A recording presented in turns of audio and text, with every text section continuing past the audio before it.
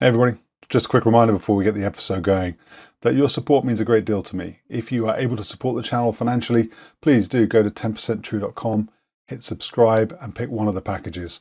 For £5, $6.50 a month, you get early access and ad-free access to my content.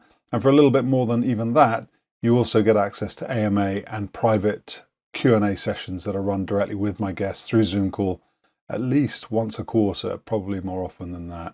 I'd appreciate your support. Anyway, let's get on with the episode. You could do a mobility kill by taking out the treads, and they would have some armor on the side, but that was tended to be a lot thinner. You could get through that pretty quick. So you could do a mobility kill. You could do a firepower kill if you took the barrel out on their main gun. The armor piercing incendiary rounds that we had were designed to go through that stuff, get into the inside of the tank, and that would put an overpressure in there, which would basically kill anybody inside there. The round had a depleted uranium core, so that thing would get inside and ricochet around in there. Anybody who wasn't killed by the overpressure could be killed by that round ricocheting around inside there, and then just as the casing, the sabot part of it, the casing around the depleted uranium would have incendiary consequences also. So there was a 3-kill mechanism on the depleted uranium rounds, and then we had also the HEI rounds, high explosive incendiary, which would use more not against the armor but against softer targets, like a little bitty hand grenade being thrown out there. So that it was a pretty deadly mixture. And sometimes you'd mix those up and you'd have maybe 3 or 4 HEI rounds and then a couple of API rounds and then some more and that kind of thing. So it was pretty deadly.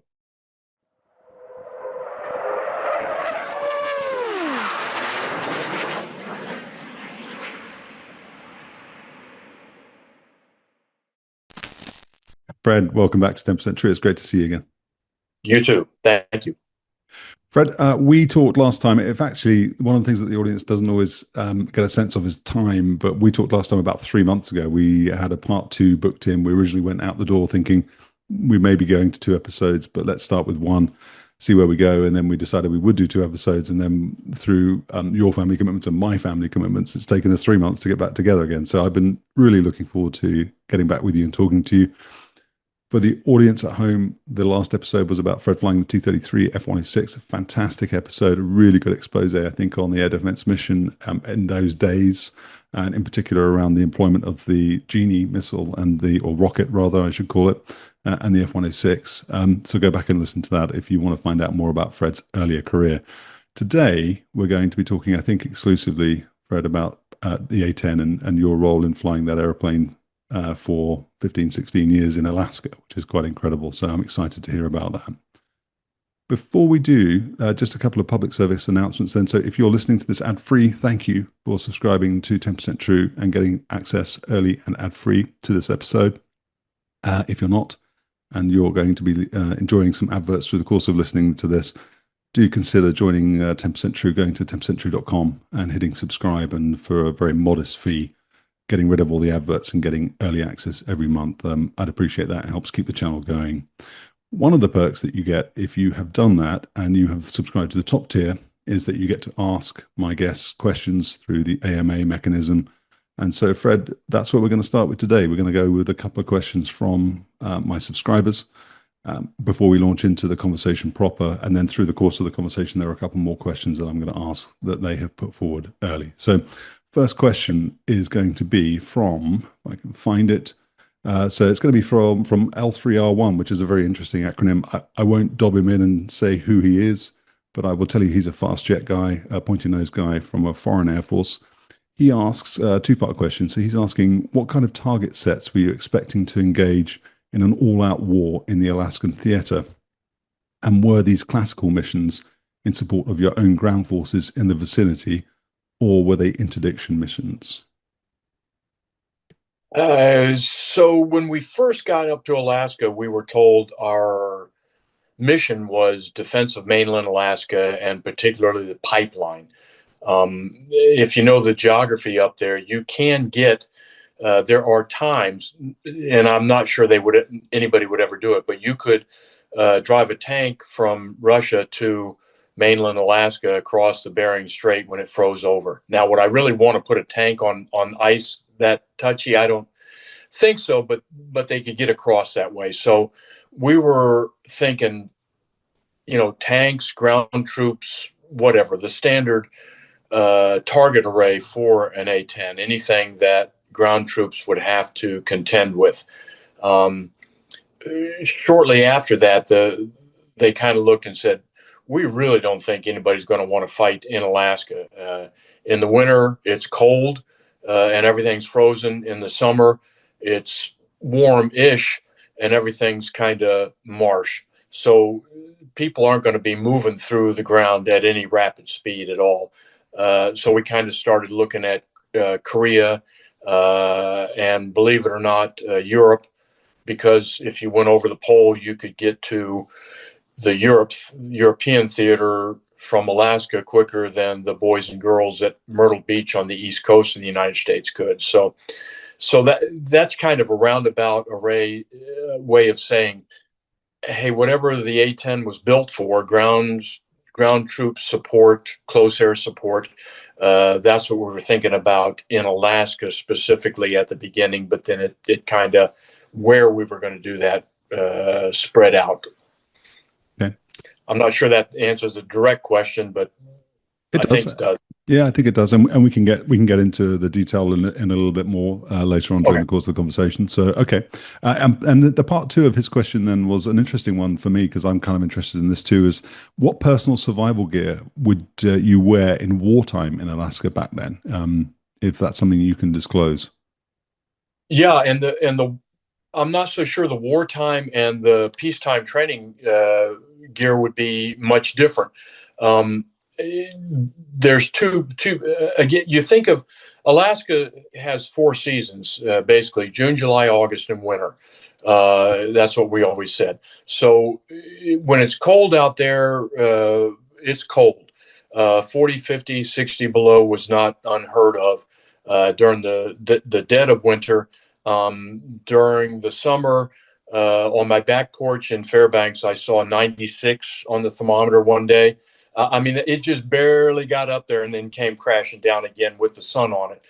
But it got warm. And when it was warm, the mosquitoes were out. So, tongue in cheek, you made sure you had some kind of insect repellent with you during the summer. During the winter, you wore everything you could.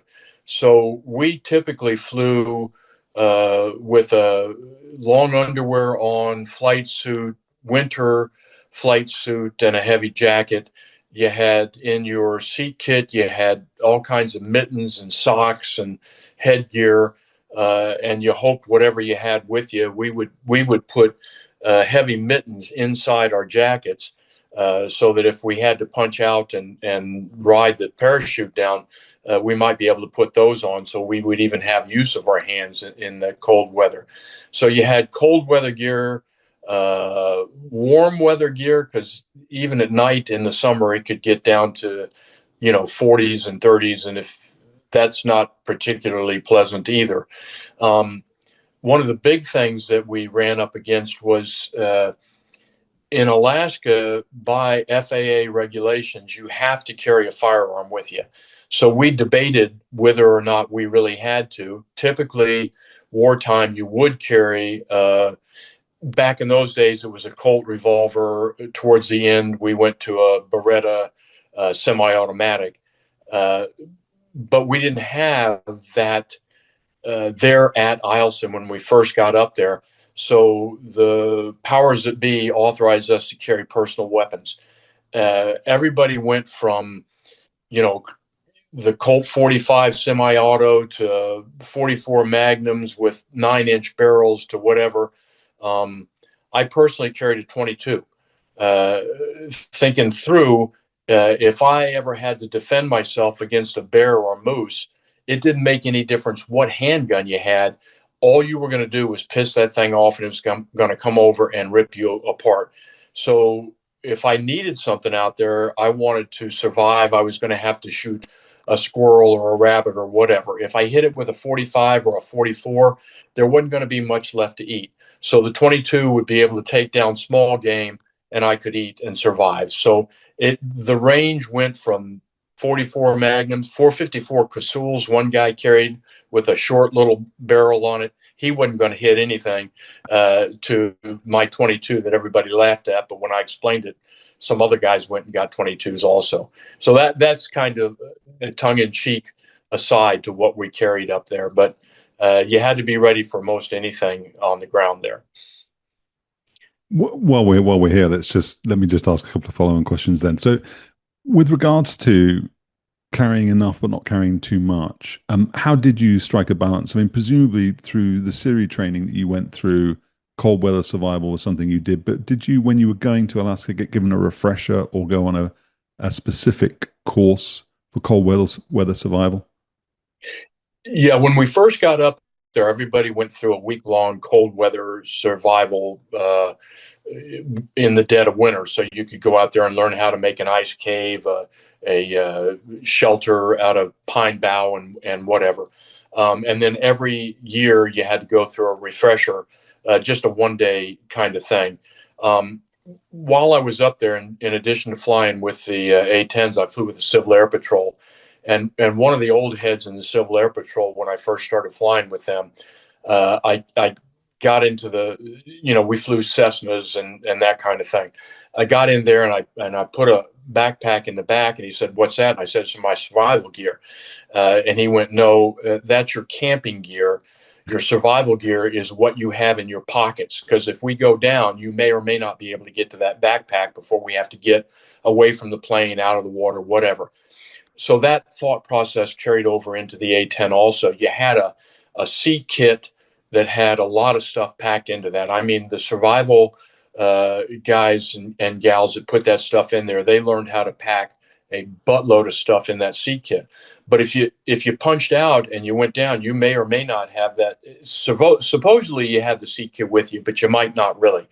So everybody had a personal survival kit that was maybe a 4x8 kind of little thing that you could stick in the leg of your flight suit or whatever, or maybe a couple of them. So a couple of different ways to make a fire, a couple of snares, wire saw, little stuff like that you could stick in pockets all over the place. So when you walked out to the plane, you kind of looked like the Michelin doughboy walking out there, because you had stuff crammed in every pocket that you could possibly put in there to be able to do that. And then we had one guy, and you would also be chosen sometimes during the year. They would, when you landed, the survival folks would grab you and say, "Okay, I'm going to put you on this helicopter, take you out someplace, put you on the ground, and you got to do your escape and evasion maneuvers and try to get back to friendly territory." Now, they would always send a survival guy with you. But one of the guys that did this, they took him out. It was during the summer, put him down in one of the target areas that we had and said, "Go." And he dumped everything and took off running. And the survival guys couldn't quite keep up with him. And he said, "Hey, I'm getting the heck out of here. If you guys want to keep up with me, that's fine." The long of this story was he had his G suit on and a jacket. But wherever that G suit didn't completely cover his flight suit, when he got back and they picked him up and said, "Okay, enough, we're going home," he would just welts and red mark. The mosquitoes could get through your flight suit, into your hands, around your neck, on your face, and they would just be merciless of getting through a flight suit. So he had his G suit on. That protected him because it was a little bit heavier, and his jacket protected him. But his hands, his wrists, his face, his neck, and where his knees and the back of his legs weren't protected by that stuff, he was eat up with mosquitoes. So another survival kind of thing that you thought about up there, like I said, was the DEET. As much as you could stick in your pocket, you put that stuff in during the summer. So that's, yeah. It was a different world trying to survive up there. So I just wanted to ask another sort of very practical, if not a bit sort of strange question then, is from a comfort point of view, when it's cold and you're wearing all this equipment and you're going to the aeroplane, are you cold and then you get in the aeroplane, start the engines, shut the canopy, and then it warms up quite quickly and now you're really hot? I mean, what's the human comfort experience like in terms of stepping to the jet, getting in the jet, flying a mission, and then having all this gear on? Well, you never turned the heat on once you got in and started the engines up. You just left the heat off because you didn't want to start sweating inside all that stuff if you had to get back out in the cold. Now you got that layer of moisture in there, so you never turned the heat on during the winter. You live with that. Now you go from mittens or heavy gloves to flight gloves. There was a little bit of that, so maybe you did turn on one or two of the vents just to keep your hands warm, but otherwise you didn't worry with heating stuff up. One of the things you did have to be careful of, and the ground crews also, any metal out there, if you touched it with a bare hand, you were frozen to it. I don't know if you guys watched the Christmas Story, I think is the name of it, where the kid touches his tongue to a metal pipe and he gets stuck on there. That happened a lot. A maintenance kind of guy was trying to work with gloves on some small piece of stuff. He'd whip the glove off, grab a hold of it. Now he's stuck there. We had one, he was actually a squadron commander. He had wire rim glasses and he had taken those off, was holding them in his gloved hands, was trying to work with something, stuck it in his mouth, which was his habit pattern to hold it while he reached up, and now the wire rim glasses were frozen to his lips. So he had to come back into the squadron, heat his lips up, and he had bloody lips for about a day when he tried to pull that thing off. So that was one of those things that you do it once, you remember it. But yeah, the long of it is you tried to really keep the temperatures cold so that everything you had on didn't hamper you when you got warm. Did you have a particular concern about the possibility of having to eject into the cold environment? I mean, so you've got the refresher training you do, and I can tell you know what you're doing. But did that idea? And we talked in the last interview about the possibility of you having to eject over the seas. You were talking about a trapped fuel situation on the 106, and maybe you were going to have to go down and you were going to have to spend a couple of hours. And I think the way you put it was that they told you might not you might not die of hypothermia before they pick you up. Yeah. So was it a similar kind of thing in Alaska then, where it was that cold? Did you feel that actually you were adequately prepared, equipped, and trained to be able to handle that situation and, if necessary, survive for a few days before rescue arrived? Yeah, we really did. I mean, again, I can't hand it enough to the survival NCOs up there. They knew what they were doing, and they were merciless. They'd take us out and teach us how to light fires 3 different ways. And if we tried to use the matches or whatnot, they'd grab those away, and you had to learn how to do it other ways with the little spark bars and the magnesium bars or whatever. So I never worried about having to do that. When we're flying, so there was one time I remember distinctly. We flew over a couple of there's 2 different kind of bears, a black bear and then the grizzly or the brown bear. The grizzly and the brown bear are basically the same thing, depending on whether they live on the coast or inland. So my wingman or maybe lead, it was early on, had seen a bear, and we circled and flew over, and the bear, instead of running away, stood up on his hind legs and was reaching as if trying to grab us. So that was what worried me. If I ever had to punch out around a bear or a moose, are much meaner than the bears are. I just wanted to be away from the livestock, if you will. But I remember that bear rising up on its back legs and trying to reach for the sky when we were flying over. That's the only thing that worried me, is those guys. Wow. Okay, let me move on to the second AMA question there. So this one is from Jim, and actually this is probably a good place to start the interview, really, the interview proper. We touched on it a little bit last time round when we were talking about I was talking about fighter culture. I asked you about fighter culture in Air Defense Command versus TAC and so on, and you had said, well, you always thought of yourself as an attack pilot rather than a fighter pilot, so you were an interceptor pilot, then you became an attack pilot. And you had said that you'd always wanted to fly the 106, and so that you achieved your ambition in that respect. But so Jim's question, and maybe this is a good jumping off point to find out what your transition from the 106 to the A10 was like. Jim's question is whether or not there was any stigma attached to transitioning from a pointy end, a pointy nose fast jet to the hog. We never viewed it as state. At least I didn't, and most of the other guys didn't either. The So just a short regression back to the 106. We were always ADC, Air Defense Command, and then there was TAC, Tactical Air Command. So the TAC fighter mafia, if you will, didn't like us flying, pointy end fighters, and they always looked down on us.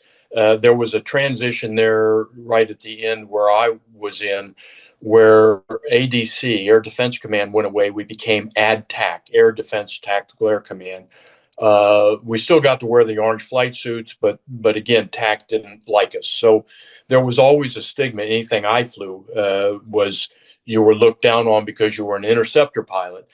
Then when I went to the A-10, we were always the stepchildren of everything until the first Gulf War. Now, I didn't make it into the first Gulf War. We were in Alaska, and we were told, sit there, watch out for Korea. You can't go there and participate in that. But General Horner from TAC didn't like the A-10 at the beginning of the Gulf War. At the end of the Gulf War, he said, you guys did a great job. Thank you. We would have been in trouble without you. So, the mindset of getting in with the ground troops, the guys with boots on the ground, be they Army or Marines or whoever, and being able to come in and help those guys out when they got in a tight situation. That's what we were all about. It wasn't the flying and fighting and shooting down the other guy. We didn't do that. We couldn't. Well, we could. That's a whole nother story. But we didn't. That wasn't our primary. It was pointing at the ground, breaking things and killing people on the ground before they got to our guys. So there was a stigma. We were always proud of it. Does that make sense?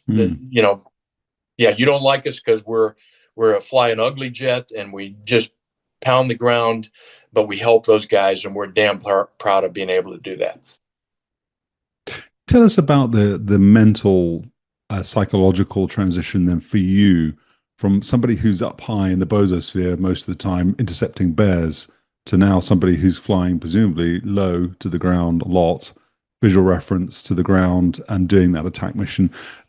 Did you have to modify the way you thought as a pilot? Do you step into a different set of shoes? I mean, I'm using cliche metaphors, but can you describe the transition for you? I think the biggest thing was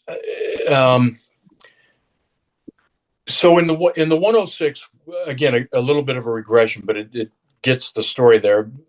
In the 106, you were from day one, because you never knew if you were sitting alert whether whoever hit the runway first. When the horn went off, you ran down the stairs, jumped, you just started. Whoever hit the runway first was lead in the flight, and the other guy was two. So you may be a young guy who's got maybe 15 hours in the airplane, but you may be leading with somebody on your wing who's got 1,000 hours or more in the plane, just because he didn't get his boots on as quick as you could.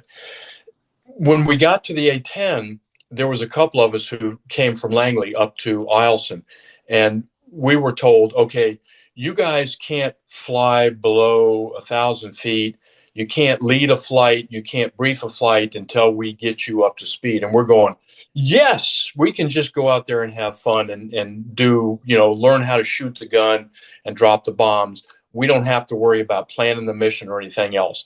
So that was a different kind of mindset of the, again, it goes back to tactical air command, how you're brought up, versus air defense command, how you're thrown into the fight because you have to be right at the beginning. So that was a mindset kind of thing. And because in the 106, we used to fly intercepts on not on bears, but on the practice on the B-52s, where they were flying at 1,000 or 500 feet. And because of the radar, you had to get below them and look up. So we were flying around at 100 feet, 500 feet in the 106, which was a real challenge. And now they're telling you you can't go below 1,000 feet until we step you down to 500 and 300. And finally, you can get down to 100 feet. So that whole mindset of how you trained and got ready was radically different for us. Those of us who came from the 106, and then we had a couple of guys from F4s, and they found somewhat the same thing, although they had been brought up that way in TAC also. So that, anyhow, that was the big change for me personally. The difference of being able to, not really, and I hesitate to say this, but almost when you're flying around at 350 knots versus, Mach 1 or Mach 1.5, everything is a lot slower, obviously. And so you almost get going, you can sightsee, and especially up in Alaska, it was great to sightsee and look around and see stuff. So a little bit slower, but when you started employing, then it got hairy again, and you had to be on your toes. So I think coming for me, the bottom line was coming from 106 and the T-33, especially, or as part of that, was a good lead into the A-10. So it made the transition fairly easy. What were the things that made that a good lead in then?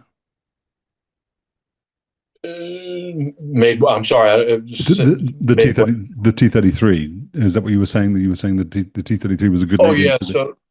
So like we talked about last time, the T-33, you learned the mission. You were a target airplane, and for the 106, you'd go out and fly around, and they would practice intercepting you and shooting at you. Not really, but simulating that. But you learned the language of the intercept. You learned, for me, coming from a T-41, as I came into the T-33, you moved a little bit faster. It was not as fast as the 106, probably closer to the A-10, but your thought processes got quicker. The hardest, and I really think most anybody would say some of the hardest part of flying a plane is making sure that you can talk to whoever's controlling you, be it the tower when you're getting ready to land, or the approach control, or the ATC when you're flying cross country. Because if you don't, some places, like when you're flying into, Atlanta or the Washington D.C. area or around Korea, if you don't get your answers and your responses right back, they're going to leave you at the back of the line, and now you got to wait to get back in line to do whatever you're trying to do, approach or land or anything else. So the thought processes of the language and what you need to say and when you need to say it, that's got to come almost second nature without even really thinking about it. So that's what the T-33 did to get you ready for the 106. And then the 106, you come slow back down, and you've got maybe 3 or 4 minutes between you get towards the airfield and you got to start talking to tower to land, that kind of thing. Okay. Yeah. Sorry, I misunderstood. I kind of heard you say the T-33 was a good lead in for the A-10, but you didn't say that. Oh, that's just yeah. Okay.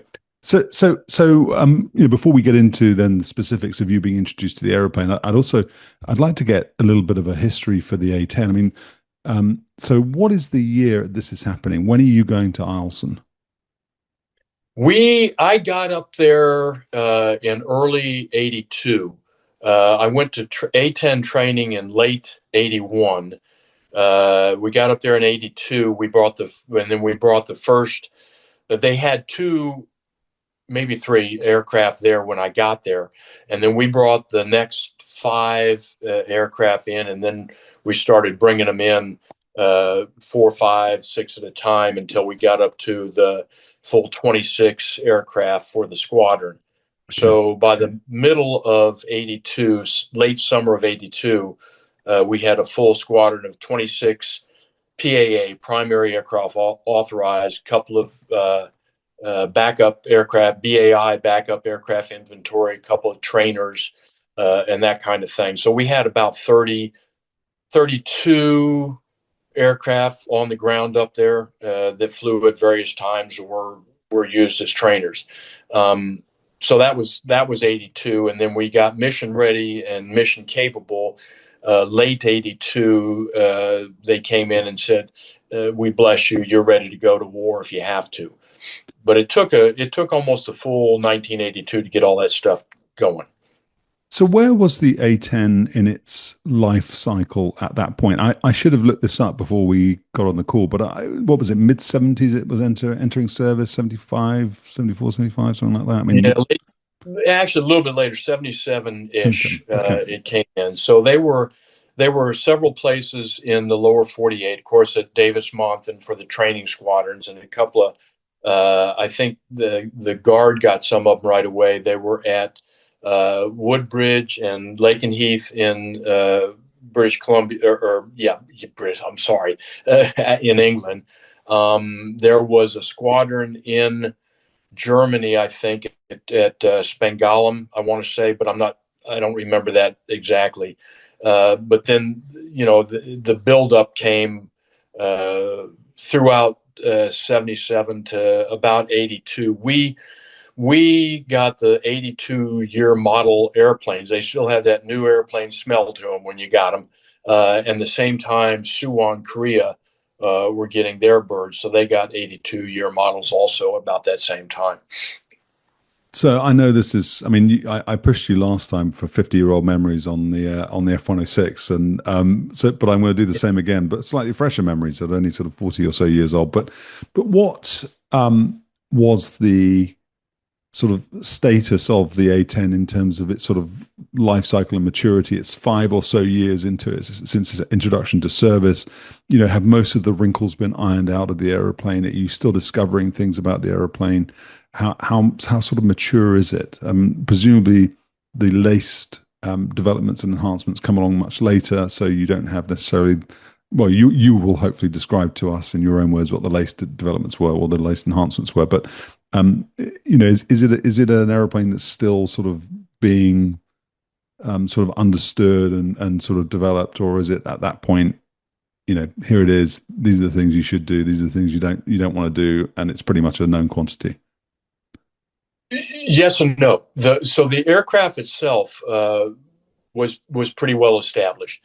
When I went through Davis-Monthan, we did not have the LASTE mod, and I should have looked this up. I forget, LASTE. I forget exactly what the acronym was, but it gave us a ground a radar altimeter, and it gave us an INS and some other stuff. So when I went through Davis-Monthan, we didn't have any of that. You were strictly flying with I always said we had a moving map display in the A-10. I could take my map and move it from this side of the glare shield to this side to my lap or whatever. That was the best we had. When we got the planes into the planes in Alaska, we had that LASTE mod. So we had an INS, which could tell you where to go. Nobody trusted it right at the beginning. We had a radar altimeter, which greatly increased the accuracy, because before you just had to go. I think if I push the button the pickle button to let the bomb go from the plane right now, that I've hit all the things I have to do, the altitude, airspeed, dive angle, and it counted for the winds and everything else. But with a radar altimeter, you knew exactly how high you were. You got some wind inputs, those kind of things. And we had a lead computing sight on the bomb. So that greatly enhanced the accuracy of bomb dropping. It was still a dumb bomb in those days, but it was, at least we were a little bit smarter because more information. So that came along. We learned to do that. Our DO, Deputy for Operations up there, didn't let us use any of that on our check rides at the beginning. And then finally they convinced him that, yeah, you've got that stuff. You need to use it on check rides as well as daily missions. towards the end, we got night vision goggles. That was in the mid to late 90s. We got night vision goggles. So that's the long answer to things kept coming to the airplane, and differences. We got the Battelle. The gun was shaking the plane, and the gun gases were going through the engine. When you shot the gun, there was a lot of smoke. It tended to really trash the engines. A lot of not debris, but smoke and buildup in the engines. So they were constantly having to wash the engines. They put a big Battelle device, they called it, on the front of the gun, which was supposed to direct the gun gases underwards, under the airplane, so it didn't get in the engines. That worked okay, but that thing was so huge, and if it got the least bit out of balance, it tended to break the spars in the plane. So they took that out. So there were constantly things that they were tweaking and trying to do to the plane throughout the life cycle. When I got out of the plane and started working for a contractor, I got to go to the Baltimore. I was working here in D.C. I got to go to the Baltimore guard, and I knew the ops officer up there, and he said, "Hey, Fred, you want to sit in the plane and look at," because now they had the A-10C, which was a glass cockpit. So in a suit with a tie on and wearing these because the eyes had gotten old, I'm sitting in this A-10C. I'm going, okay, I know where the on-off button is, and here's the stick, and there's the pickle button. And he took a picture of me, and he goes, "I'm going to put this on the internet." I go, "I know where you live. If you do that with me sitting there looking like this, I'll find you." But again, that was in the mid '90s or so. So that's I'm sorry, but that very long answer to little things kept getting tweaked on the plane all along. So it was a constant change and upgrades. We like long answers, and so you must never apologize for them. Okay, so that Patel thing, that's interesting because you had sent me some pictures in the intervening period between our last conversation, and there's a picture of you in front of the do you say GAU-8? Is that how you pronounce it? Yeah, GAU-8. Yeah. In front of the GAU-8, the cannon or the Gatling gun on the front, and it's got this weird thing. And I was going to ask you about that. So that's what that is, then. That's exactly what that is. Yeah. Okay. Yep. Okay. And so that was eventually just removed, and then what resulted was just the little scoop underneath the gun. Is that correct? Then. And they just we just lived with the gun gases going through the engine. Interesting piece about that GAU-8.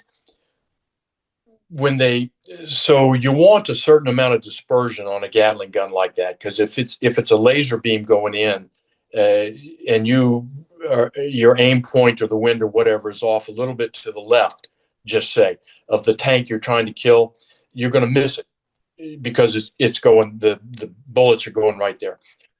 They built in about I think it was like a 7 or 8 mil dispersion. No, it was about like a 10 or 12 mil dispersion on the gun when they put it in there, so that the bullets kind of dispersed by the time they got to the target. So if you hit parts of the tank, you'd get it all over. When they put the Battelle device on there, they had to crank that down a little bit because the Battelle would then do a natural dispersion. So they cranked the barrels down to about a 5 mil dispersion. Coming out of the Battelle, it would bring it back out to what they wanted, the 10 to 12 mil dispersion. When they took the Battelle device off, they forgot to re-disperse the gun. So now we had like a 5 to 7 mil dispersion on the gun, which means we were a laser beam right in there. Wherever you pointed, that's what you hit. And then after a while, they had to spread that back out. But for a while, everybody went out to the range, and you fired 100 rounds, you got 100 rounds that counted. You didn't miss anything. So that was kind of cool for a little bit. Was that at that point then you talked about the red out coming in, and and I think part of that LACD modification was you had a 2-stage trigger, right? So if you pulled it to the first stage, wouldn't the airplane trim to keep the pipper on the target, and then the second stage actually shot the gun? Yeah, there was. That's foggy for me. There was something like that. I don't think that lasted very long because when you pulled the trigger, you didn't. There was a detent in there, but most of us just pulled the trigger. You didn't want to pull for a little bit, but there was some kind of a trim thing in there. But I don't think that lasted very long at all before they just disconnected that. You caught me on something. I remember something about it, but I don't remember Okay. details on that. So the question really I was getting to, I mean, was whether it was like a sort of a laser death dot type situation. If you put the pipper on the target, were you always going to hit it? I mean, was there still any ambiguity around whether you would have a good shot once you had put the thing on the thing? Yeah, there was again before Lashty and the enhancements on the computers and stuff. There, the lead computing site and all that. It was a little bit tricky because you had to figure in for winds and how far out you were. But once we got Lashty all up and running and all the enhancements for that, it was pretty much if you put the thing on the thing, the pipper on the thing, and pulled the thing, then you were gonna kill something down there. Yeah. Tell us about the targets then. I mean, so just a continuation then, really, of the question that was asked at the beginning around the missions you were going to fly. You have, up until this point in your career, obviously had an exclusive focus on air intercept. I guess you knew a lot about the BEAR, the strategic forces, strategic bomber forces of the Soviet Union. How much did you have to study to become familiar and become acquainted with the ground forces? And how much overmatch was there between the GAU-8 and, let's say, a T-70 tank or something like that? I mean, or I don't know if you went up, if you were also going to go up against T-80s or the more modern versions, but were you having to do a lot of study to learn these things, and were you confident you could kill them? Yes and yes. We did for us guys coming from 106 that hadn't done the ground attack role before. There was a lot of a study to make sure that you weren't shooting a good guy or whatever. And basically, it came down to whoever was headed towards the good guys, you killed, and if they were headed away from the good guys towards the bad guys, you left those alone.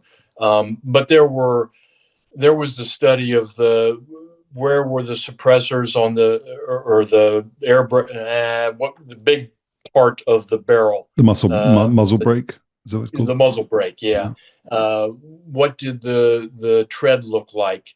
What kind of the cupola on the top? What did it look like? Those kind of things that you had to learn. Planes were pretty easy. I mean, you knew a Bear bomber, you knew a MiG or whatever. The tanks for me were a little bit harder to pull that out, and sometimes you were shooting from 2 miles away. Well, not 2 miles away, but close to a mile away. You were trying to shoot things, and if you were using the Maverick missile, the AGM. To lock that up, you had to make sure, and that would even go further away. So you're looking at what turned out to be a small target because it's that far away. That was, for me, that was pretty tough, and it took a lot of study to learn that kind of thing. Was I confident that if I could identify it and put the pipper on it, it was going to get broke. The Maverick missile was amazing. That thing would take off, go up, and come down and smack whatever you had it locked onto.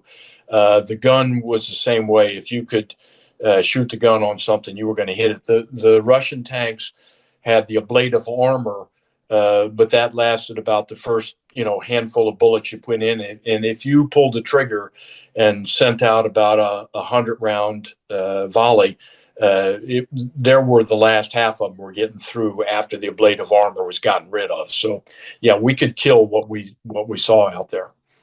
Could you do that from all angles? I mean, I really don't know much at all about this, but I understood that armor tends to be concentrated at the front and maybe the sides. Is that correct? And so if you shoot them in the back, you're more likely to penetrate the hull and destroy it. Is that right. true? Yeah, to some extent, it depended on which vehicle you were going against. But yeah, there were better places to hit it. You could do a mobility kill by taking out the treads, and they would have some armor on the side, but that was tended to be a lot thinner. You could get through that pretty quick. So you could do a mobility kill. You could do a firepower kill if you took the barrel out on their main gun. But the armor piercing incendiary rounds that we had were designed to go through that stuff, get into the inside of the tank, and that would put an overpressure in there, which would basically kill anybody inside there. The round had a depleted uranium core, so that thing would get inside and ricochet around in there. Anybody who wasn't killed by the overpressure could be killed by that round ricocheting around inside there. And then just as the casing, the sabot part of it, the casing around the depleted uranium would have incendiary consequences also. So there was a 3-kill mechanism on the depleted uranium rounds, and then we had also the HEI rounds, high explosive incendiary, which would use more not against the armor but against softer targets, like a little bitty hand grenade being thrown out there. So that it was a pretty deadly mixture. And sometimes you'd mix those up and you'd have maybe 3 or 4 HEI rounds and then a couple of API rounds and then some more and that kind of thing. So it was pretty deadly. You talked in our last episode about the intercept mission, about and I'd asked you about employing nuclear weapons against formation of bombers, and one of the things you'd said was that you've got your family at home, and if you don't shoot these guys down, then they're going to go and drop a bomb on your family, and so the decision to maybe ram them or whatever would be an easy one to make. I wonder whether or not, or I wonder what the psychology is then transitioning from that, where I suppose it could be very personal, but probably isn't going to be. You're going to fire a missile and turn tail, and that's your job done. To then the idea of really from less than 2 miles, a mile and a half or whatever, attacking infantry, attacking armor. Did it feel more personal? Is there a psychological shift that you experience? Again, like we said before, I never got into combat with the A-10, so I didn't, I never fired around in anger, if you will. But the mindset was there that from the 106 and just being in the military, if those folks are coming to try to take, be it South Korea or mainland Alaska, or if we went to Europe through the Fulda Gap, or as I sat there and watched the folks I had trained on CNN over in the Gulf War, I never thought of it as personal. That was my job. There was a mission to do, stop whatever was coming wherever they were going. And maybe that's too harsh. Maybe I should have thought of more personal, but I never did. I never would have had a hesitate to pull the trigger. Can you talk a bit about Korea then? I mean, it's been mentioned, you mentioned it a couple of times, and, it's interesting to hear you say that Horner had said, or whoever it was had said, you guys stay in Alaska and be ready for Korea if that kicks off or whatever. And you did say before we hit record, and I think you would have said it anyway during the course of this interview, but you spent a year in South Korea, 15 or so years at Eielson flying the A-10, but a year or so in South Korea. What was that mission like then? What was being very close to a potential sort of, powder keg? What was that like? What was the experience? We were at Suwon, which was just south of Seoul, and we were going to be the first folk there should the North Koreans decide to come south. We had certain targets. I'm trying to think. Yeah, my target that I was going to lead a 4-ship against was an artillery site up on the far eastern coast of North Korea. So that would have been my first mission, was to take this 4-ship up there and try to get rid of that artillery site, because they were figuring that the North Koreans would start lobbing artillery south. Then the tanks would come south and the ground troops. So we would go hit our primary target, come back, refuel, rearm, and go against wherever we were needed. They'd say go to, there were delta points all over the place up there that you had on your maps. Go to Delta 34 and look for ground troops coming south, kill them, or whatever. So we trained for that all the time. There was the DMZ right along the parallel up there, where we could fly in there in the A-10, and you could look into North Korea. There was a SA-8 SAM site, surface air missile site, that you could see every time you went up to one section of that, and you go, okay, I want to keep an eye on that thing. Should things go live, I want to know. I want to keep an eye on that and kind of watch and see if they're launching from there. So you could see into North Korea and see some of that kind of stuff. But you just trained for that and talk with the Korean troops and the Army troops that were on the ground, and got to know them and talk with them. And we'd meet with them sometimes, went up to the DMZ and looked at the North Koreans looking at you, across the line. One of the Army officers, we were on a tour up there, or at that time, and he was coming through, and the ground troops, the Army guys were talking to us and said the general had asked them, "What's your mission here along the DMZ?" And the Army guys had said, "Well, defend against the North Koreans coming south." And he's going, "No, I'm going to be brutal with you. Your mission is to die so that we can justify getting into the fight." And that was pretty eye-opening to those guys. And when I chatted with them, going, hey, that's, maybe some of the Air Force mission was to get at least shot at, if not shot, so that the whole thing blows up if they have just the hierarchy has justification to go in full power. So that was kind of sobering, but yeah, so we just trained and worked with the folks who were going to be on the ground and called for air support. Can we explore that theme a little bit more? I mean, it was interesting you said a few minutes ago that you watched as some of the people you had trained and went to combat in Desert Storm. That would have been January 1991. One of the things that those guys were told, not necessarily the A-10 community, but certainly when I've talked to them, the F-15 guys, the F-111 guys, the F-111 guys, was that Glosson and Horner all went around the bases and said, "Hey, we're expecting 30% attrition on day one, 30% attrition." And it's interesting. You just said, perhaps one of the missions of the Air Force being there was to act as bait, to incite that response and then to allow escalation. What were you expecting your survivability to be? And perhaps as part of that answer, can we talk a little bit generally about the survivability of the A-10? A lot is made of the redundancy features of the aeroplane, the manual reversion, the fact that there's I don't know if it's true, but it's said the titanium bathtub that surrounds the pilot. What did you think about the mission in Korea in terms of survivability, and what did you think about the aeroplane survivability?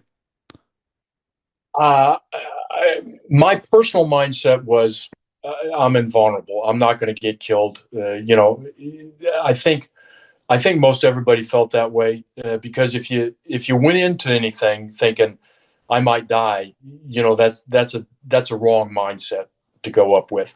Was the A-10 survivable? Yeah. The I can't remember her name, but the female pilot who got all shot up and came back and landed in manual reversion with one engine out. I mean, that at some point in time, they told us, if you ever have to land manual reversion with one engine out, punch out. Don't even try it. She came back and did a great job. And the plane was shot to hell, but brought it back. One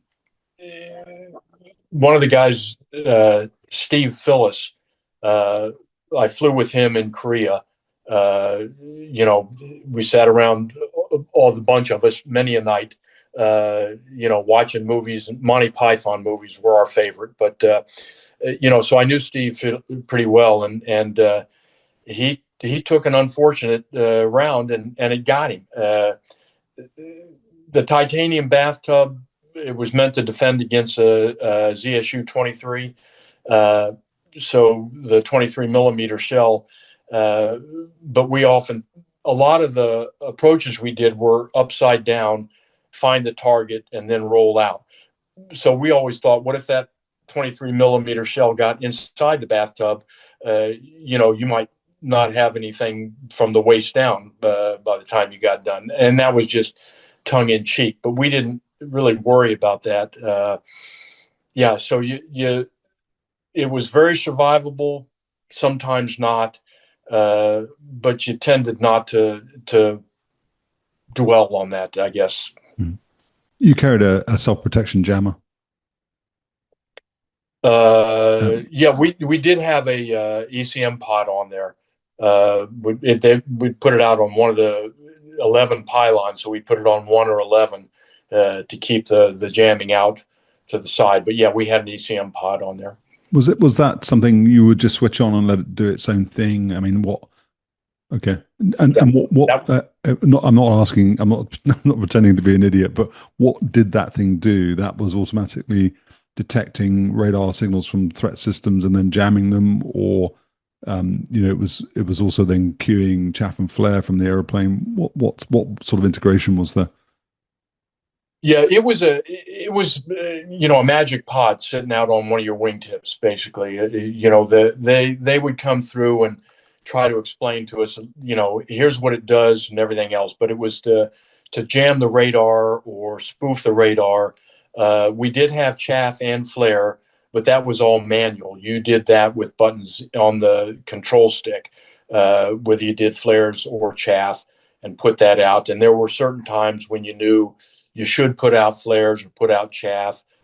We had a radar warning system in there that would, very rudimentary, would say, yeah, they're looking at you with radar, so maybe you ought to think about putting some chaff out.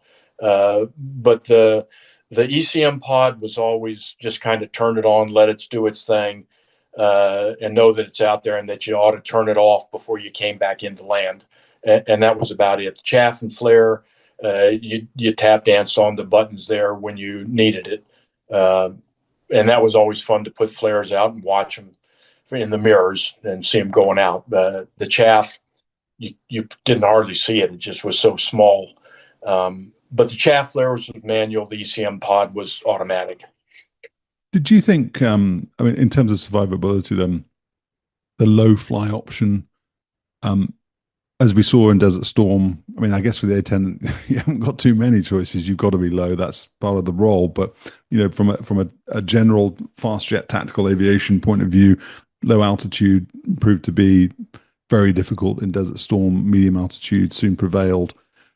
From an A-10 driver's perspective, were you most happy down low? Did you think in the Korean Peninsula that the lower you could get, the better? Or were you anticipating having to deal with or having to evolve tactics to maybe include higher altitude attacks? What was the view? It really depended upon the terrain. In Korea and the European, there was enough hills where you could train mask and get down below any radar signals. What happened in Desert Storm was the fact that that's pretty doggone flat kind of thing. So you really can't get down below the radar type stuff or below visual or hide on, either behind or, kind of hold deflate against so they couldn't see you against the background. So they did push everything up after the first Desert Storm and say, yeah, you guys got to learn to drop bombs from 10,000 feet and shoot the gun from 10, 12,000 feet, which was a whole different world for us at the beginning because we hadn't trained for that. We had been down low, pop up to 300 or 500 feet, shoot the gun, then get back down to 100 feet to get out of there. It was very comfortable at 100 feet. Comfortable is not the right word, because you never wanted to be comfortable. You always wanted to be a little bit antsy down that low, just so you didn't screw something up by becoming too complacent. But 500 feet was just out for a Sunday drive. After a first Desert Storm, you flew around higher up, and I, again, not having been over there to do any of that stuff, but when we were flying around in training missions, I always felt kind of naked up at anything above 5,000 feet. It's like, here I am, I'm a big plane, you can see me, and I'm not moving very fast, so I got nothing to hide behind. You reference then sort of the comfort or not comfort, but sort of being in your element, at least at low altitude. Can you describe a little bit about the handling characteristics of the aeroplane? I mean, whenever I see it, it looks to be pretty snappy. I mean, nice sort of snappy rolls and brakes and that type of stuff. Obviously, it's thrust limited. What energy conservation, you've gone from the 106 where you talked about it, it didn't have the turn capability of an F4 and an A4 or whatever, but it could turn if you wanted it to. You had an afterburning engine, good specific excess thrust, I suppose. Not so much in the A-10. Describe flying it. Yeah, it would snap around. It had a good roll rate. You could, up to about 4 Gs, you were okay. 3 Gs, 3 Gs were, you could do that pretty much all day, and the engines would keep you moving. You go up to 4 Gs or anything over that. You hardly ever did anything above 4 Gs. You just lost too much energy doing that, and it took a while now for you to either go downhill or fly level and let the engines boost you back up to speed. But 2 or 3 Gs, you could do that all day long. And we would, flying around low level. One of the tactics, we called it circle the hogs. You'd have a four-ship, and everybody would go in a circle, and you'd be at like 10, 3, 6, and 9, going around in a circle, following everybody. And you could get that circle pretty tight at 2 or 3 Gs. And if anybody were to ever try to come in, and we would play with the F-15s, or they'd play with us up in Alaska, if anybody would come in to try to shoot us when we were doing that, then the guy who was right at the next quarter circle around could just come up and launch some 30 millimeter at them, and they'd have to get out of there. So circle the hogs was a pretty good defensive maneuver. You couldn't stay there all day, obviously, but people would try to come in and get you, and then they'd have to give up, and then you could move on down track a little bit. So it was good at 2 to 3 Gs all day long. Anything much more than that, you had to watch your energy conservation. How difficult was that to do? I mean, I've looked at some of the tapes that are out on the internet from guys flying in Iraq and girls. Killer Chick Casey Campbell is the lady who you were talking about. So I think so there's some tapes out there that I think maybe show her flying and some other guys flying, and you can see them doing their bobbing and their weaving and their changes, so they're not being predictable. But it looks like they have to work quite hard at the energy conservation. Were you sort of expecting one really good defensive brake turn and then you were done? What was the philosophy?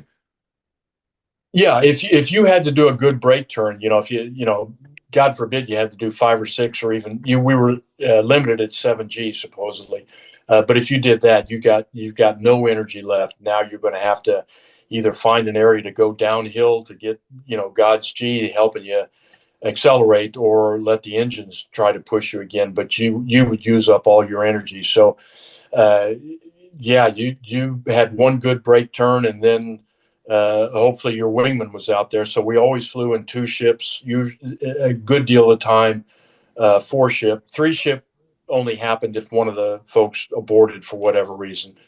So you would hope that if you had to do a brake turn, that your wingman or your lead or whoever was with you would be able, didn't have to do that, and they'd have enough energy to, at least throw some bullets or something out there, and make that bad guy think twice about following you while you were slow. Did it mush? So if you got really slow in the airplane, did it mush? Did it wing drop? How did it handle if you sort of manhandled it? What would it respond like?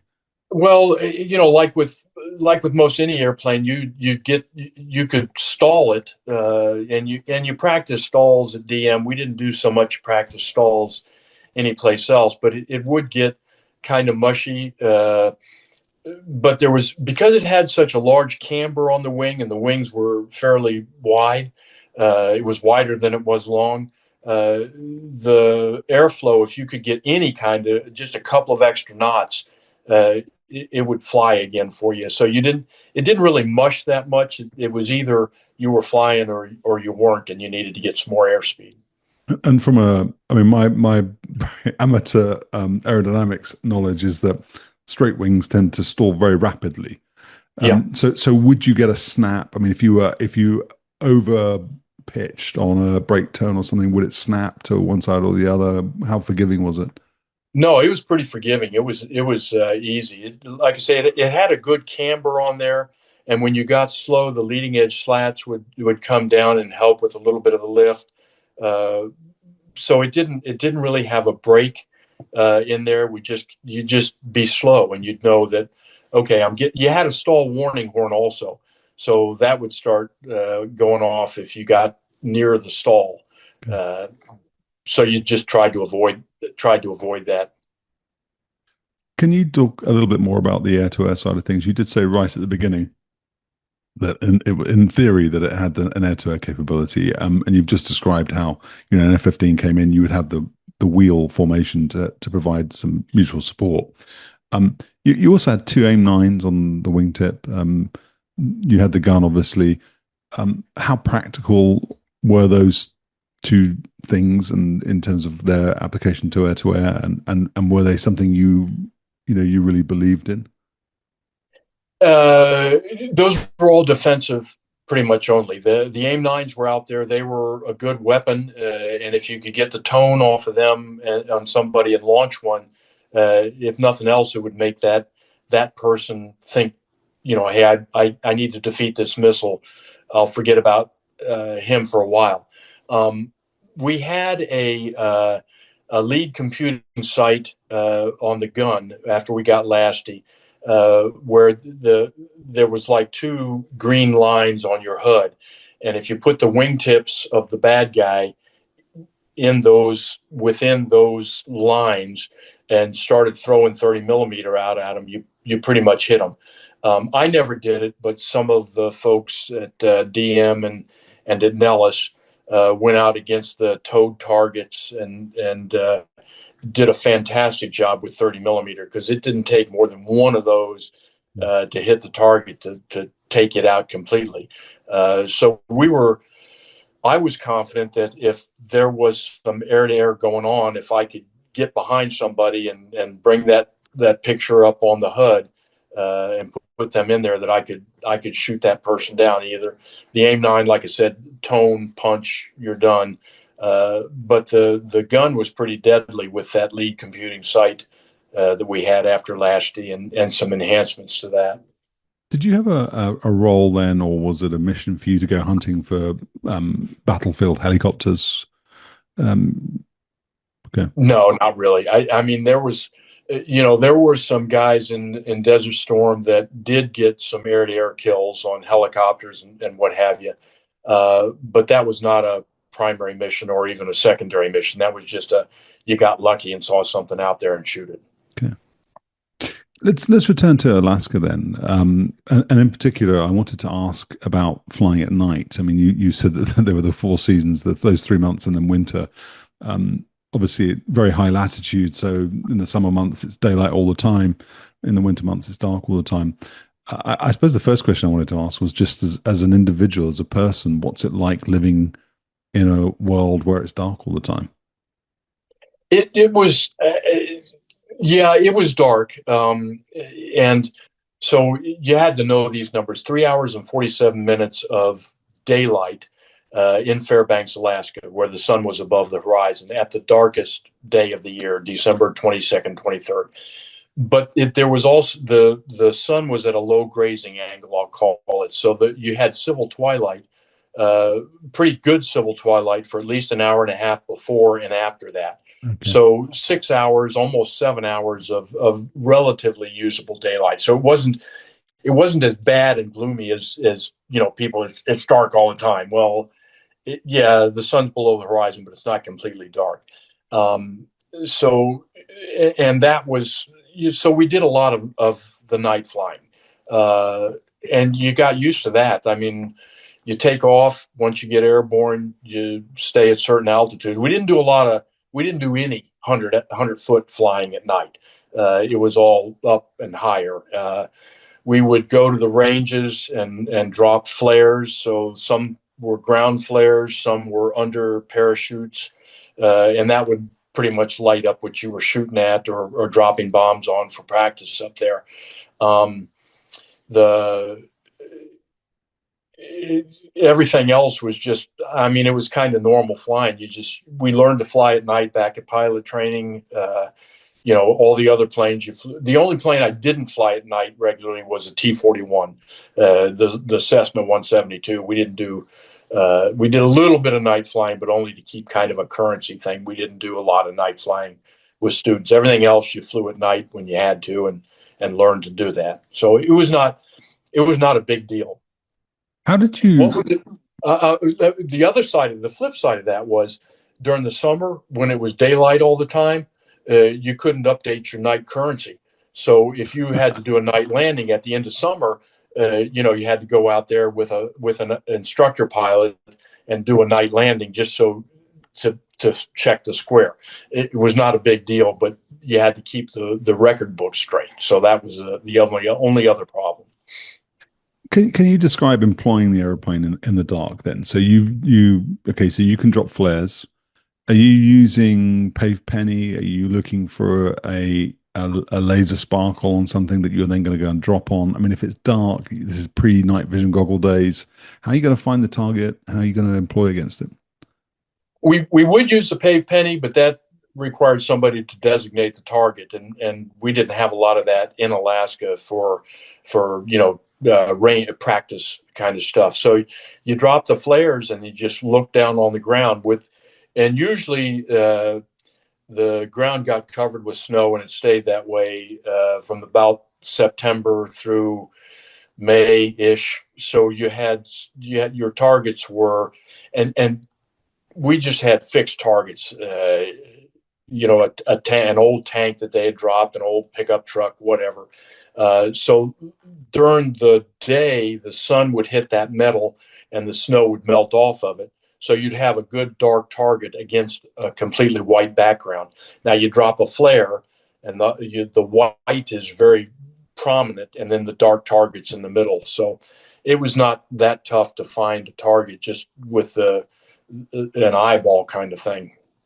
It sounds, and I don't want to sound rude, but it sounds like there's not really been any development at that point in time then between then and looking for vehicles on the Ho Chi Minh Trail. I mean, they're flying over the Ho Chi Minh Trail at night. There's a dense jungle canopy, drop flares, maybe look for a clearing, and then if they see something, drop on it. So is it the same? I mean, had things not changed that much?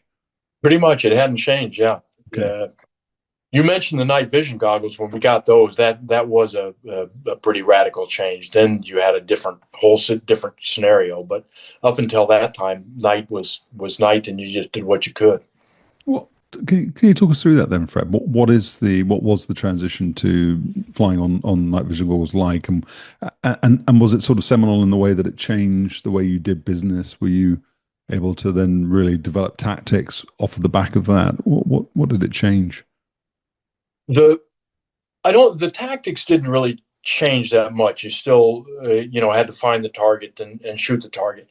The night vision goggles though made it you didn't need the flares. As a matter of fact, you didn't want the flares if you had night vision goggles, because you could just go out there and find that it had a little bit of a heat capability, and of course everything was green kind of thing.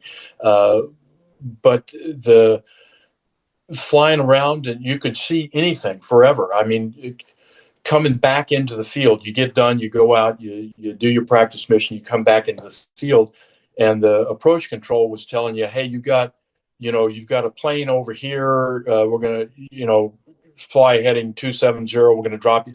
And you go, okay, I got a plane here, here, here, and here, because I can see it in the night vision goggles. And they'll go, oh yeah, drop in behind the third plane, and you're good. You're going to land behind him. So it was really, and then looking up and seeing the stars, billions of stars, obviously, but that was better than you could ever see. It took about an extra hour to prep the plane when we initially got the night vision goggles, because you had to put electrical tape, over anything that had a light that you couldn't turn down or off.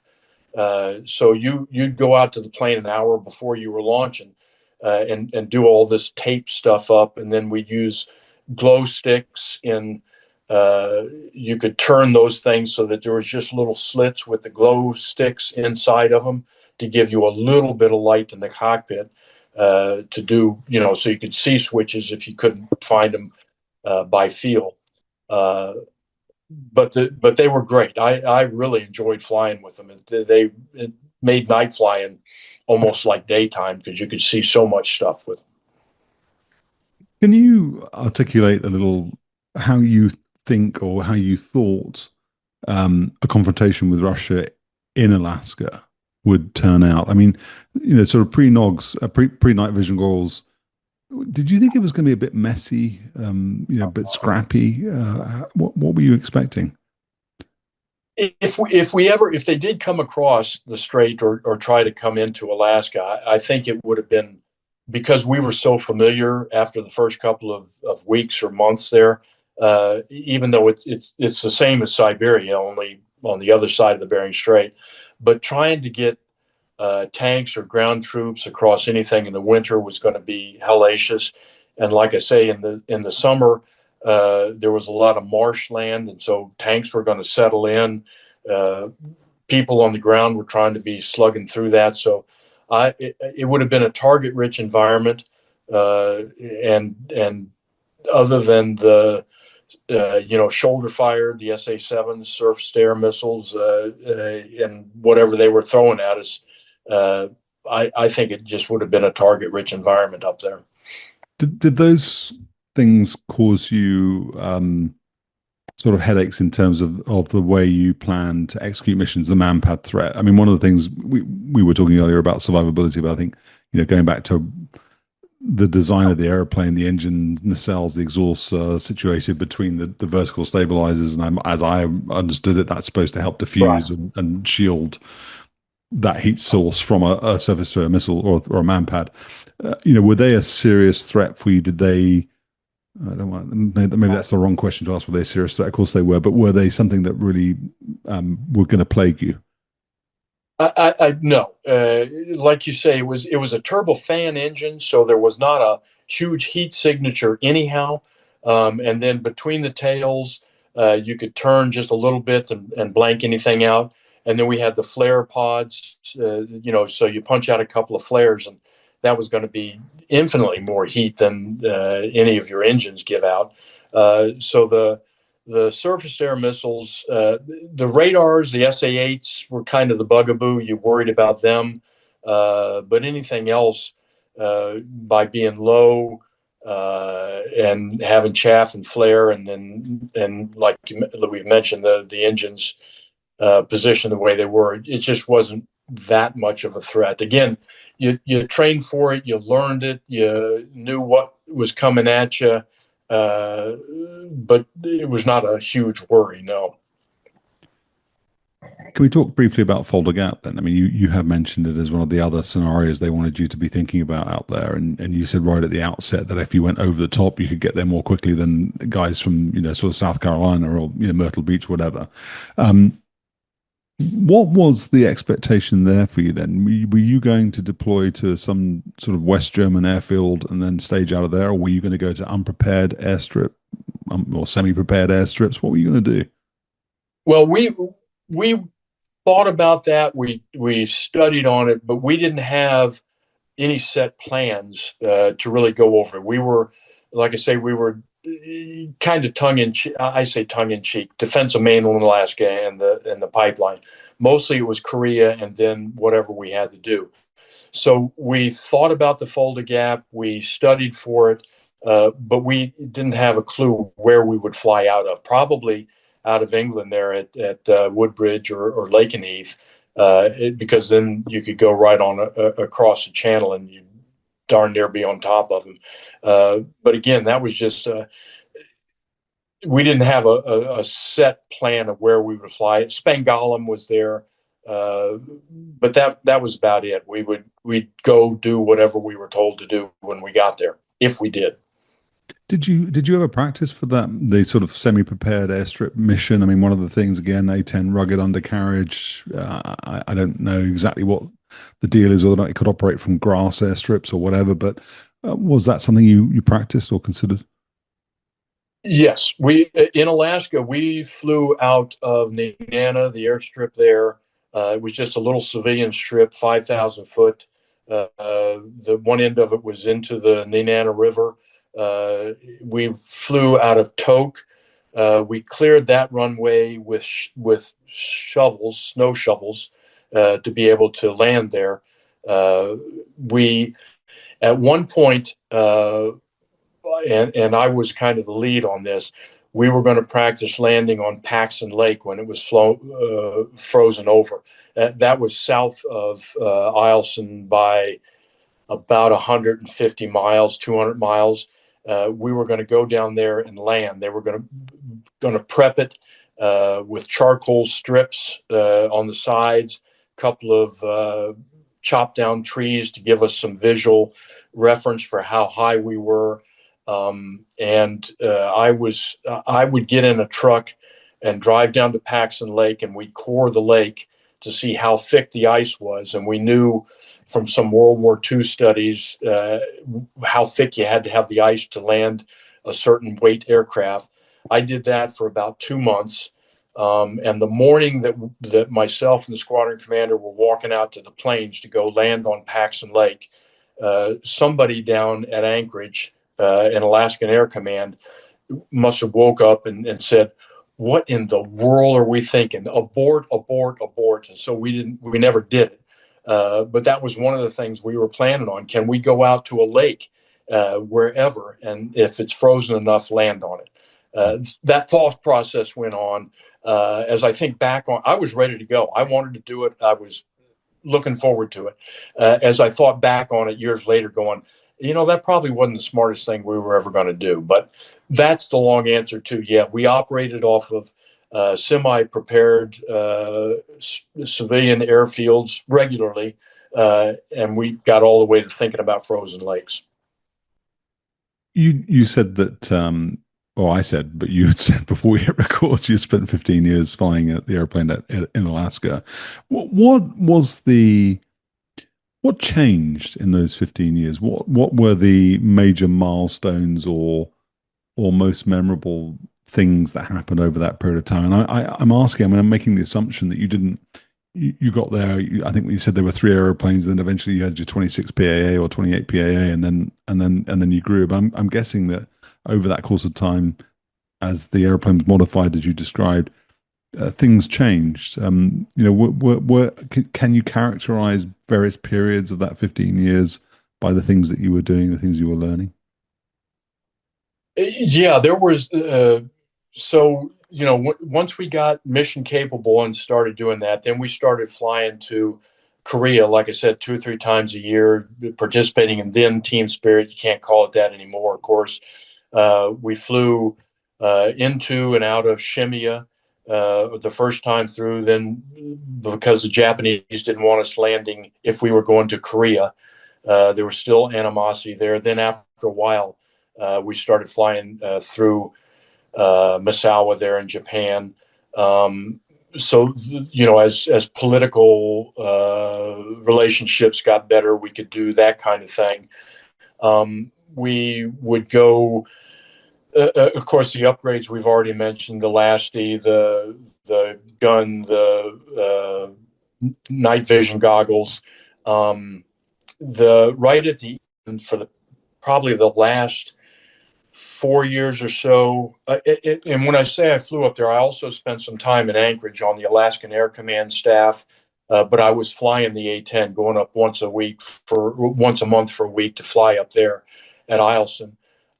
Then you changed, and this is not necessarily the plane or the flying, but we went from being Alaskan Air Command to PACAF as 11th Air Force. We became then right towards the end, the last 4 or 5 years, we transitioned the 18th Fighter Squadron to F-16s, and General McPeak said, keep a couple of A-10s up here and build a TAS, a Tactical Air Support Squadron, in other words, FACS, Forward Air Controllers. I was lucky enough to get in on that on the SATAF, Site Activation Task Force. We built that squadron. I sent a letter to the wing commander at Eilson and said, boss, you don't know me from Adam's house cat, but I'd like to take over that squadron. I did the SATAF. I've been here for a while. And he goes, yeah, what the heck? I'll take a chance on you. So I got to be the squadron commander of the 11th TAS. We had a 6 PAA squadron of OA-10s. We then went to a couple of different exercises, and General Ralston, while we were down at a tandem thrust at Luke Air Force Base down in Phoenix, Arizona, talked to me. It was one of those discussions where I got the chance to count how many nose hairs he had, because he was right up in, and it was a one-way. I was listening. He was transmit. I was receive only, but I was listening. And then shortly after that became the 355th Fighter Squadron and got more airplanes up there. So we went from nothing to 6 PAA TAS with OA-10s to back to a 26 PAA fighter squadron with A/OA-10s, because we had dedicated OA-10s, the FAC mission, and with that. So those were, and then I got kicked out of Alaska because I'd been up there too long. They did a new general came on board at 11th Air Force and said, give me a list of who's been up here the longest. And they figured it to be, some an NCO who had been homesteading, and my name came up at the top of the list with about a 5-year gap to the next longest person. And he basically said, it's tongue in cheek, but he basically said, I don't know who this guy is, but get him out of here by midnight Friday. It didn't happen quite that quick, but I got out of Alaska at that point after 16 years after going up there in 1996. I left Alaska. So we loved it. The family loved it. When I got sent to live with the Army down at Fort McPherson in Georgia, when I got kicked out, my wife stayed on up in Alaska for a year because she was running the operating room at Alaska Regional Hospital. So she stayed on up there. I'd been coaching my son's hockey team from the time he was about 4 or 5 years old when we got up there all the way through high school. So he went off to St. Lawrence. So we were at that point in time, Pat was in Anchorage, I was in Atlanta, Georgia, and Robert was at St. Lawrence University up in upstate New York. So, that was the whole time we were up there. We loved every minute of it. Well, sometimes not when it was 60 below and that kind of thing. But yeah, we loved it. It was a great time. Tell me a little bit more about FAC and OA-10. I mean, one of the things that's interesting is that when, in September 2001, when the Twin Towers were hit and the other sites were hit, the A-10s were, I think, one of the first platforms or MDSs out there into Afghanistan. They were flying. And they had the Sandy mission, they had the FAC mission, they had a bunch of different things. I understood that OA-10 is just like an administrative designation. It's the same aeroplane as an A-10A, if that, I don't know if that's correct. But what was that Was that something that you guys developed very rapidly and became comfortable with very quickly? Was it something that was constantly evolving? What was the process of getting that mission assigned to the airplane? Yeah, it was the exact same airframe. There was nothing different about it at all. Just the mission and the designation. Um, like I said, General McPeak said, "Keep these up here. How are we going to do that? We'll call it a TAS, an A-10 squadron." But we continued to we kind of hemmed and hawed around and said we're going to still drop practice bombs. We'll pretend like those are smoke markers, like the FACs used to use in Vietnam. We'll continue to use the TGM, the training guided missile, which was the Maverick missile, the AGM, to find targets. And we, even over the years when we were strictly A-10s, somebody would pretend to be a FAC and go, okay, your target's over here. You got troops, 100 meters to the north of them. So we're troops in contact kind of thing. We had been playing at that role forever because you always had to have somebody, if you were doing the ground attack mission, somebody to find the target, coordinate with the Army, those kind of things. So we'd been playing at that mission forever. We just now got told. And that was kind of one of the things when General Eilson and I had our discussion down at Tandem Thrust. He said, "You guys, you're fighters, but you're playing like facts. Can you do this?" And I explained to him that we had still been dropping bombs because we were using them, pretending like they were smoke. We've been using the TGM. We carried the AIM-9s because we still needed self-protection, on and on and on. He goes, "Okay, you're a fighter squadron now. We'll see about getting you more planes." So basically, it was no different. It was just what we were called and kind of how we were doing what we were doing. You talked just then about sort of the dropping of the bombs, the TGM. You said earlier in the conversation when, 1982, 1983, when you're bedding down, you're just dropping dumb bombs and you've got the gun. Are you seeing more advanced weaponry arrive? I mean, GBU 12, GBU 10. I think it's around 2001. Maybe it's before the A-10 starts to get the lightning pod, the targeting pod, so it can designate for itself. Pave Penny goes away.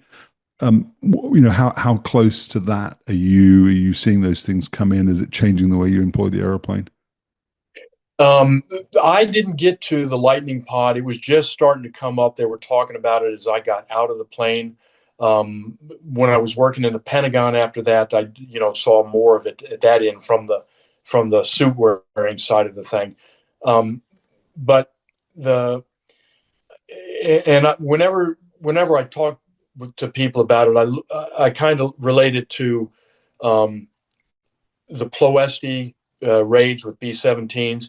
It was how many B-17 missions would it take to take Ploesti down that one corner they had to stop the ball bearing factory from going. It was number of bomber missions to get it done.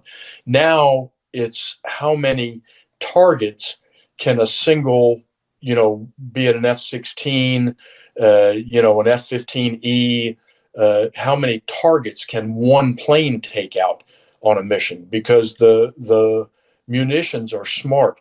And especially if you got a guy on the ground with a laser designator, you drop that thing out of a B-52, at 35,000 feet, 10, 15, 20 miles away, and that missile or that bomb guides in the terminal guidance with the laser, spot on. You can take out you could have taken out Ploesti with one bomb.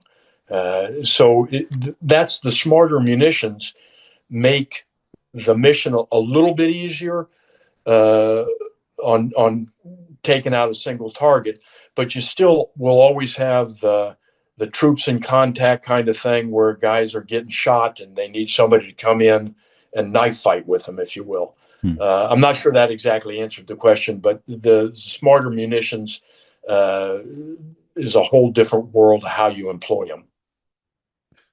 What are your thoughts on looking then at the A-10 over the entire continuum, 1978 onwards? And you sort of referenced earlier that nobody really liked the A-10, or Horner didn't like the A-10 until he saw the A-10 do its stuff, and then he liked the A-10. Multiple attempts to axe the A-10 over the intervening 30 years since Desert Storm. I think now it's finally going away. Yeah. I think that's the decision that's been made. How do you feel about the aeroplane? How do you feel about the way that the community that operates it has evolved to take on the threat of the day? I mean, it went from the Soviet Union and the hordes coming south in Korea to the Taliban, and to an insurgent force in Iraq, and they've always sort of risen to the challenge. Yeah, there's there really wasn't a plane before the A-10 that did the ground attack mission the same way the A-10 did, with from the gun to the bombs to the TGM or AGM rockets, anything else. It was designed to do that, and it did a tremendous job at it. When the F-16 came out, they said the F-16 could do the job just as well, and there were many tests gone through, and everybody kind of decided that the F-16 is a great plane. It does wonderful things. It's magic, but it can't do the ground attack role like the A-10. Then the F-35 is out now, and they go, okay, it can do the ground attack mission. Personal opinion, it probably can, but not like the A-10 could. So, and you're right, the A-10 is being phased out now. It's lived its life, being put in the boneyard or on a stick in front of somebody's base. Sorry to see it go, but I don't know if we'll ever have another A-10. Well, there may be another A-10. I don't know what it'll be called, but the A-10 was, especially with Desert Storm, 1 and 2, and everything else, it was needed at the time and did a great job. And there'll never be another one exactly like it, no matter what they do. What are your standout moments, Fred, or flying the A-10? I mean, when we were talking F-106, we were talking about sort of squeaky bum type moments where you had some unsettling situations in the 106, and you said there were a couple you had in the A-10 as well. You sort of teased that you might tell us what they were. What experiences did you have in it? I think trying to get, well, there's a couple of air refuelings. We were headed to, I think it was out of it may have been out of Shemya, and we couldn't get. Well, no, I take it back. We were headed all the way over to Misawa. We got partway there. We were between. We had gone feet wet off the coast of Alaska to the east, headed into Misawa in Japan, and the tanker couldn't meet up with us. And the winds were such that we could almost see Misawa, but we didn't have enough gas to make it there. So we turned around, and because of the winds, we went back into Shemya to land there. The weather was horrible at Shemya. They told me I was like number 4 in the flight, because at that point in time I was the deputy commander for operations at Eielson, and another guy had taken over the squadron. So I was going with them, and they sent me in first to get on the ground to be able to tell everybody else what the weather was like and help get them down. So I went into the clouds, came out, and Shemya's got one of the big radar arrays, the ground radars. Names slipping to mind now. Anyhow, but it looks like it's just a huge structure. I glommed onto that thinking that was the runway because of the way the angles were. And it wasn't until I was about a mile off the end of the runway that I went, I'm getting ready to fly into that big radar array. There's the runway. I had to maneuver pretty quickly, got on the ground. But if that was a hellacious approach and landing. We got everybody on the ground, then we got stuck at Shemya for about a week and a half, trying to get back out of there. But that was one of them. We were flying under flares up in R-2205, one of the ranges just north of Eielson there. And I got so spatially disoriented we dropped a flare. It was one of those nights that it was like 50 below up in the ranges, and there was a good bit of ice fog. And I got so disoriented that the only thing I could do was head north, because I knew there were no mountains that way for a good distance, get a very slow climb going, and just stare at the attitude indicator, because I was all over the place. My brain was off, and I didn't know. That lasted for a good 10 minutes, and I wasn't sure that I wasn't going to have to punch out of that thing, because my brain was all screwed up. And it finally just went away, and I was fine and came back and landed. But that was one of those two right there, trying to get through the weather and through the spatial disorientation, were two that stand out to this day in my mind, going, ooh, that was ugly. The HUD, is that a primary authorized flight instrument in the A-10? Not the HUD, not so much, but the attitude indicator, just the ball in the middle, the ADI, attitude directional indicator. I just wondered whether or not that sort of helps you with spatial D, whether or not, or actually you just get on the round gauges if you got spatial D and you forget about the HUD. Yeah, at that point, I went away from the HUD, because now when I was trying to look through the HUD that night, I was still staring out into the ice fog with a flare over here and not knowing which way was up or down or left or right. So I went back on basic instruments and just held on to those as long as I could. How many hours did you get in the A-10? I had about 3,300, almost 3,400 hours in the A-10. Wow. What's the high time? Do you know? Oh gosh, some of the guys in the Guard have got 5,000 to 6,000 hours in them. Okay. Yeah. Guard guys don't count though. I mean, yeah. Did you, now one of the questions, so you mentioned Robert a few minutes ago, and as we said in the first episode, he introduced us. One of the things he told me to ask you about, or he told you to tell me about, I'm not sure which way around was hosting somebody at Eielson. What's the story? So this is after the wall came down, and we were now buds with the Russians, and we had and this was while I was the task commander. They decided to put on a Arctic SAREX, search and rescue exercise. So the Canadians and the Russians came into Eielson, and the concept was a civilian airliner goes down. How do we rescue the people? How do we get people in and out of the Arctic? So that was all going on. One of my tasks was to get the Russian generals from their quarters over to the squadron building where we were running the exercise. So it was the second or third day of this thing, and I'm going to the first general's quarters to pick him up, and it's like 4:00 in the morning, and this was in the October-ish time frame. So 4:00 was definitely dark at that point, but that's not. Anyhow, I go in, knock on his door, General, whoever it was.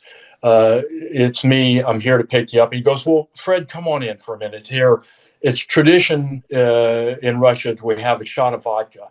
And I'm going, and I'm on the flying schedule for later in the day. And I'm going, sir, I really can't. He goes, Fred, you really will upset me if you don't have the shot of vodka. And I'm going, I've got 3 or 4 hours. I can probably metabolize this. Yes, sir. Boom. Next general, shot of vodka. Yeah, maybe 2. Boom. Third general, shot of vodka. Ended up 5 generals. I got in the car, 5 shots of vodka. I'm driving with one eye closed at this point, trying to get to the squadron building. I walk in, the generals are going, and I go to the boss, my ops officer. I'm going, I got to get off the schedule. They go, why? He goes, you've been drinking because you smell like vodka. And he goes, you got a problem? Knowles, what the hell's going on? And I explained it to him.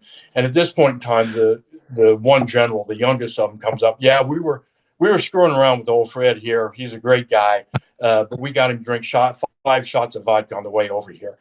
I'm going, oh crap! So yeah, I was hosed at about 5:00 in the morning. Didn't fly that day, and everybody got a good laugh about it. But that's what Robert was talking about. That's brilliant. Did you have any other standout moments at Eielson? Anything else that is particularly memorable that you would want to Uh, share? and I'm not.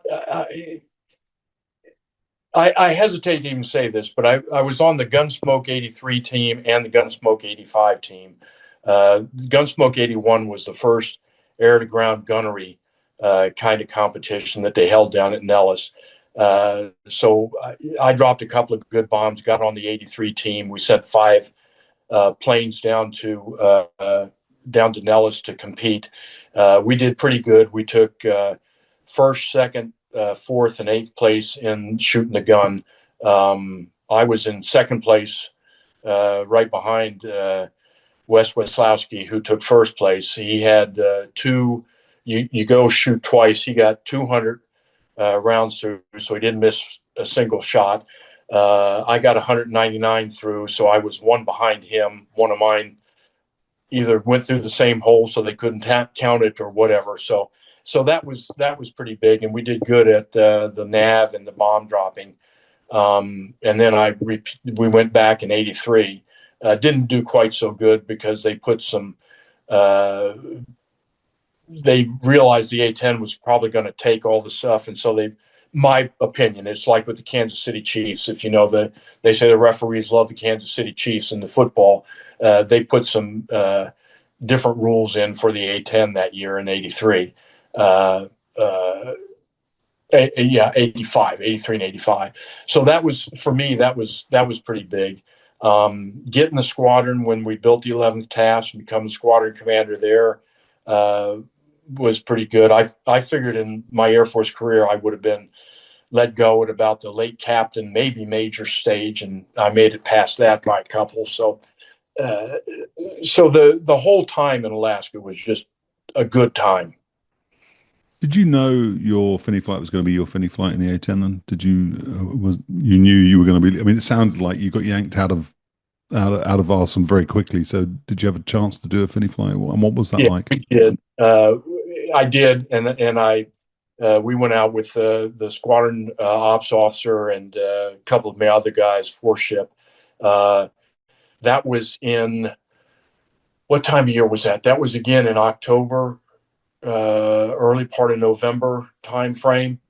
So it was the temperature was about 30 below that day. So the tradition is they hose you down. We didn't use the fire trucks because they wouldn't come out in that weather. So they used fire extinguishers. So I got to be hosed down at about 30 below. Things got cold real quick. We got some pictures on the wall there. That I didn't send you those, but yeah. So that was a Fini flight to remember. What I'm always curious. This is a question I've asked other guests as well. When you've spent 3,300 hours flying something, operating something, do you have to think about it anymore? The muscle memory is there. No, you don't. I mean, if you go, okay, I've got to, activate this switch to turn on whatever, the hand automatically goes there. You don't think about, okay, I've got to move the stick to the left. All that stuff is just it's there. So it gets back to, like we mentioned before, the communication with whoever's controlling you at the time, be it an ATC facility, the tower, the ground control, making sure you don't get complacent and push the wrong button on the weapons control panel, those kind of things. So for me, it was always not getting complacent because I felt too comfortable in the airplane. Hmm.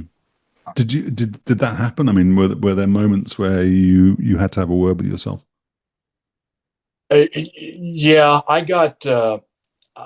I went out one morning and we also got a basic autopilot in the A-10 towards the end where you would do an altitude hold, heading hold, and you could set the throttle, similar to what we had talked about in the 106.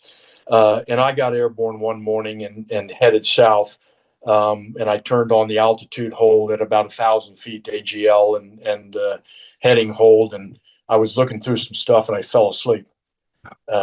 So, I didn't sleep for very long. It was only about probably 5 or 10 minutes, but I woke up going, holy crap, scared the living bejesus out of me. Uh, so I was complacent there. Told the plane to fly itself.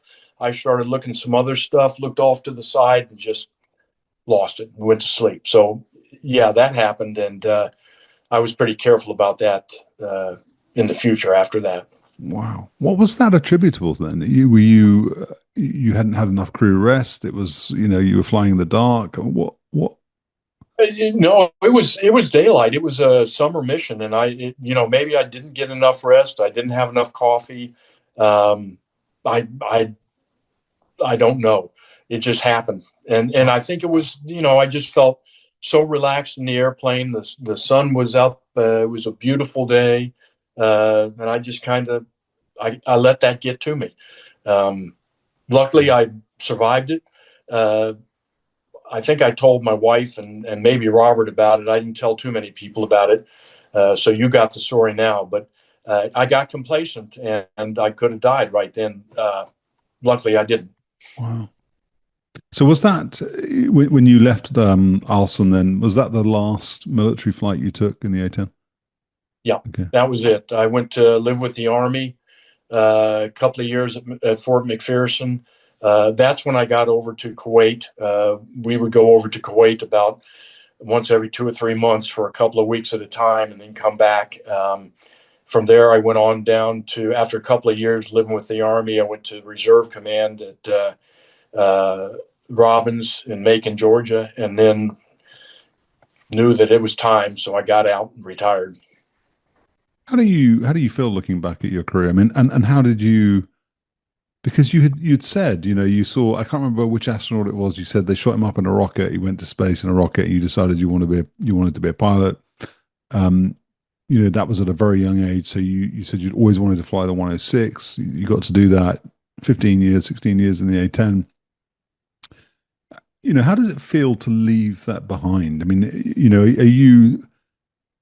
is that sort of part of your identity? You're completely embroiled in that as an individual? This is who I am, and now suddenly that's not who you are. I'm curious about the emotion, the psychology, behind identity and behind that's my job and that's what defines me, and now suddenly it's not. I I, I got very lucky um, when I retired. That was what I wanted to do. The military was it, and I got lucky. Put my 26 years in. When I retired, it was time. I knew that.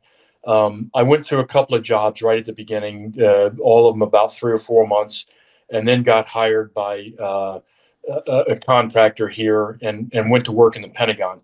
So I was still working in my mind. I was still working for the Air Force. The things I were doing, the plans and programs, and assessing those things and making sure they move forward.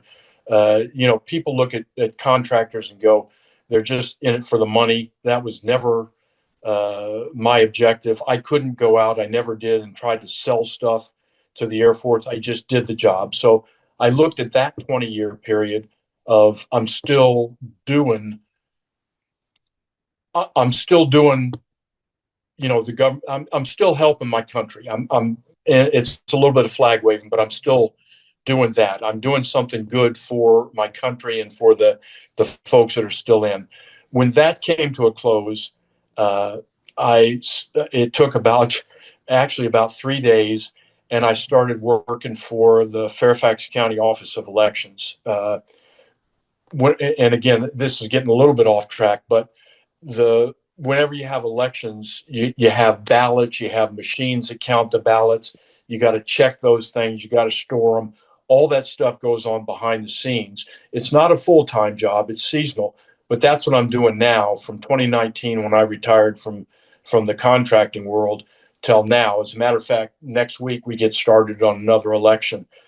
So from the time I graduated high school and went off to the Home for Wayward Boys, in the foothills of the Rockies, until today, I feel that I'm doing something for my country, my county, helping people. So and again, I don't want to wave the flag or make myself seem too much, but I've been constantly for the past, since 1969, when I graduated high school, been doing something for the country. So I got lucky.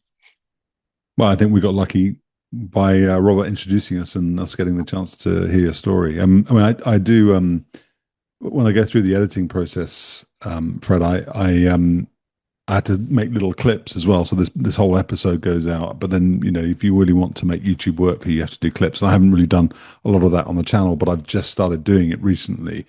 And so one of the things I do is I go back and I listen to the episode and I put these little markers in, these little digital markers, and there's a timeline of our interview and then little green markers. And I did that with the 106 episode, and it's just full of green markers, just these awesome stories, just really interesting little anecdotes to the sides that I could turn into clips. And I'm sure that this episode is going to be exactly the same. So thank you so much for coming on. Robert, once again, thank you for introducing us. It's been a pleasure to listen to you talk and to share your experiences, and very grateful for your time. Thanks, Fred.